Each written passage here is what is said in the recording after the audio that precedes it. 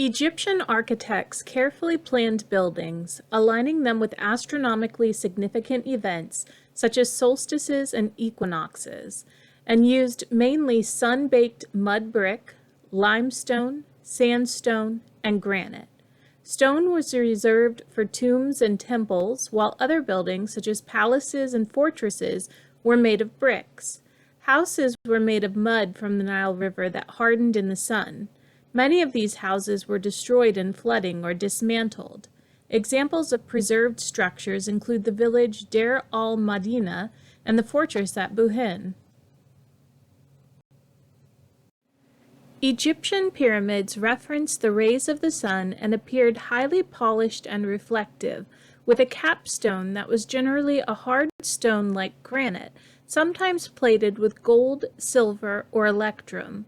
Most were placed west of the Nile River to allow the pharaoh's soul to join with the sun during its descent.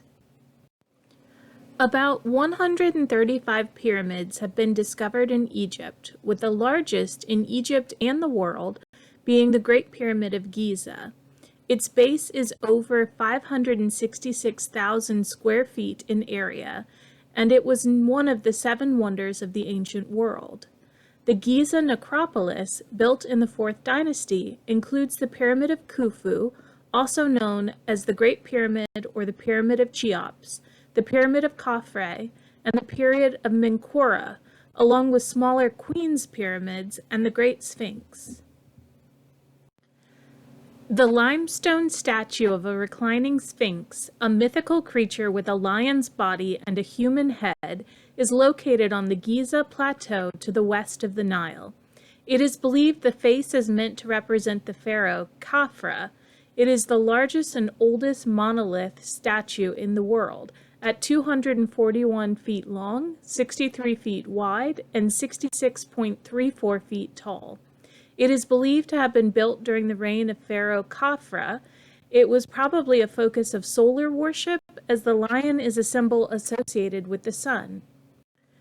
Egyptian temples were used for official, formal worship of the gods by the state and to commemorate pharaohs. The temple was the house dedicated to a particular god, and Egyptians would perform rituals there, give offerings, reenact myths, and keep order in the universe, Ma'at. Pharaohs were in charge of caring for the gods, and they dedicated massive resources to this task. Priests assisted in this effort. The average citizen was not allowed in the inner sanctum of the temple, but might still go there to pray, give offerings, or ask questions of the gods. The inner sanctuary had a cult image of the temple's god, as well as a series of surrounding rooms that became larger and elaborate over time, evolving into massive stone edifices during the New Kingdom. Temples also often owned surrounding land and employed thousands of people to support its activities, creating a powerful institution. The designs emphasized order, symmetry, and monumentality. Hypostyle halls, covered rooms filled with columns, led to peristyle courts, open courts, where the public could meet with priests. At the front of each court was a pylon, broad, flat towers that held flagpoles. Outside the temple building, the temple enclosure, with a brick wall to symbolically protect from outside disorder. Often a sacred lake would be found here. Decoration included reliefs of images and hieroglyphic text and sculpture, including obelisks, figures of the gods, sometimes in sphinx form, and votive figures. Egyptian religions faced persecution by Christians, and the last temple was closed in 550 AD. The Temple of Karnak was first built in the 16th century BCE. About 30 pharaohs contributed to the buildings, creating an extremely large and diverse complex. It includes the precincts of Amun-Re, Montu, and Mut, and the Temple of Amenhotep IV, which has been dismantled. The Luxor Temple was constructed in the 14th century BCE by Amenhotep III in the ancient city of Thebes, now Luxor, with a major expansion by Ramesses II in the 13th century BCE. It includes the 79-foot-high first pylon, friezes, statues, and columns. Early examples of ancient Egyptian trade included contact with Syria in the 5th century BCE and importation of pottery and construction ideas from Canaan in the 4th century BCE. By this time, shipping was common, and the donkey, camel, and horse were domesticated and used for transportation. Lebanese cedar had been found in the tombs of Nekhen, dated to Naqada, the 1st and 2nd periods. Egyptians during this period also imported obsidian from Ethiopia, gold and incense from Nubia in the south, oil jugs from Palestine, and other goods from the oases of the western desert and cultures of the eastern Mediterranean. Egyptian artifacts from this era have been found in Canaan and parts of the former Mesopotamia. Just before the First Dynasty, Egypt had a colony in southern Canaan that produced Egyptian pottery for export to Egypt. In the Second Dynasty, Byblos provided quality timber that could not be found in Egypt. By the Fifth Dynasty, trade with Punt gave Egyptians gold, aromatic resins, ebony, ivory, and wild animals. Egypt also traded with Anatolia for tin and copper in order to make bronze. Mediterranean trading partners provided olive oil and other fine goods. A well-traveled land route from the Nile to the Red Sea crossed through the Wadi Hammamat and was known from pre-dynastic times. This route allowed travelers to move from Thebes to the Red Sea port of Elam and led to the rise of ancient cities. Another route, the Darb el-Arbain, was used from the time of the Old Kingdom of Egypt to trade gold, ivory, spices, wheat, animals, and plants. This route passed through Karga in the south and Asyut in the north, and was a major route between Nubia and Egypt.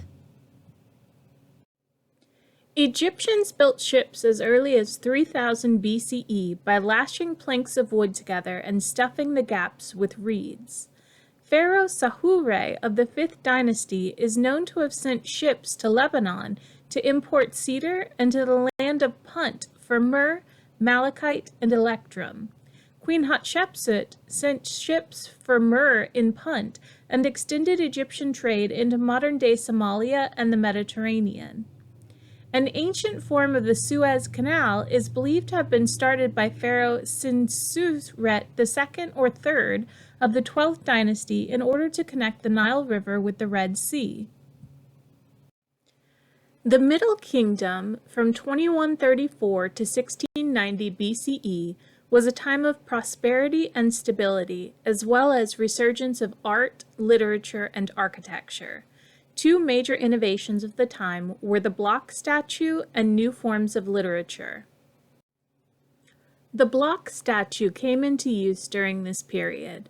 This type of sculpture depicts a squatting man with knees drawn close to the chest and arms folded on top of the knees. The body may be adorned with a cloak, which makes the body appear to be a block shape. The feet may be covered by the cloak or left uncovered. The head was often carved in great detail and reflected Egyptian beauty ideals, including large ears and small breasts. The block statue became more popular over the years with its high point in the late period, and was often used as funerary monuments of important non-royal individuals. They may have been intended as guardians and were often fully inscribed. In the Middle Kingdom period, due to the growth of middle class and scribes, literature began to be written to entertain and provide intellectual stimulation. Previously, literature served the purposes of maintaining divine cults, preserving souls in the afterlife, and documenting practical activities. However, some Middle Kingdom literature may have been transcriptions of the oral literature and poetry of the Old Kingdom. Future generations of Egyptians often considered Middle Kingdom literature to be classic, with the ultimate example being the story of Senuha. As we reach the end of our journey through ancient Egyptian culture, we've seen how this extraordinary civilization crafted a world where art, religion, and daily life were woven tightly together. From their profound cosmology and myths to their unwavering belief in the afterlife, the Egyptians built monuments and traditions designed to endure for eternity. Their artistic legacy, seen in painting, sculpture, bas-reliefs, faience, pottery, and glass, reveals not just technical mastery, but a deep reverence for order, symbolism, and beauty. We marveled at the grandeur of Egyptian architecture, from the awe-inspiring pyramids of the Giza necropolis to the majestic temples that were both places of worship and expressions of royal power. We also uncovered the far-reaching influence of Egyptian trade, which brought exotic goods and ideas into the heart of the Nile Valley. And in the Middle Kingdom, we witnessed cultural evolution in both art and literature, from the innovative block statues to timeless written works that still speak to the human condition. Through it all, ancient Egypt stands as a testament to human creativity, resilience, and the quest to find meaning in both life and death. Thank you for joining me on this exploration of ancient Egyptian culture. May the wonders of this ancient world continue to inspire your curiosity and appreciation for history's enduring legacies.